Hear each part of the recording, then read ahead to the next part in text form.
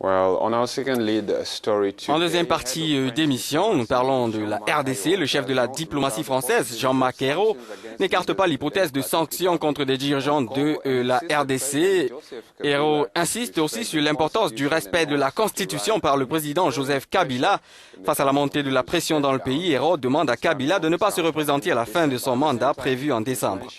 Dans le même temps, le leader d'opposition Moïse Katumbi a déclaré qu'il allait retourner dans son pays et prendre part au processus électoral malgré les menaces d'arrestation brandies contre lui par les autorités.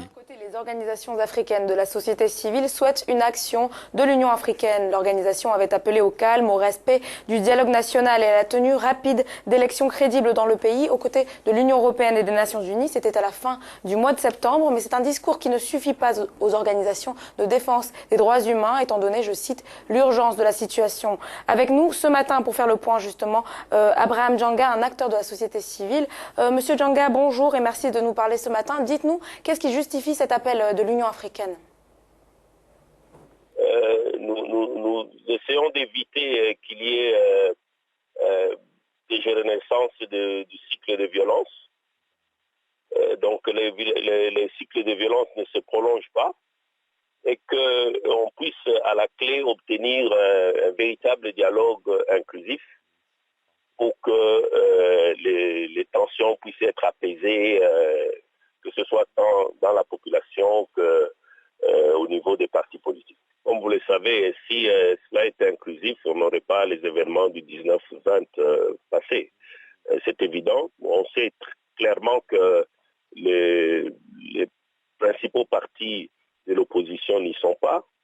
Il y a aussi d'autres forces de la société civile qui n'y sont pas. Donc, il est bon de pouvoir rapprocher tous les acteurs pour que nous puissions avoir un dialogue suffisamment inclusif, ce qui permettrait justement de pouvoir donner confiance au processus de dialogue, mais aussi au processus électoral qui va s'en suivre. Alors, Monsieur Djamba, pensez-vous que le médiateur et ex-premier ministre togolais Edem Kodjo n'est plus l'homme de la situation?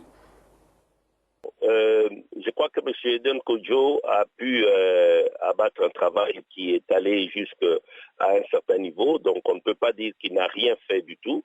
Donc il a pu abattre un travail qui a donné un certain résultat, mais pour le moment, à ce niveau où nous sommes du dialogue, je crois que effectivement, et c'est ce que nous avons dit aussi dans notre lettre, que si on pouvait remplacer les médiateurs, ça pourrait être une des solutions pour apaiser la situation.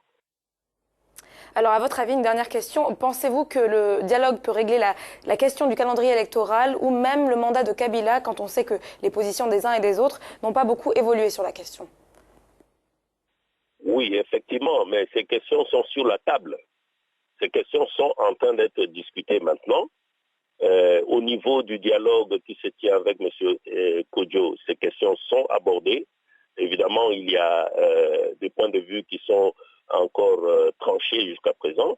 Au niveau du conclave du rassemblement de l'opposition, nous pensons que ces questions aussi vont être abordées parce que ça a toujours été la principale revendication de l'opposition.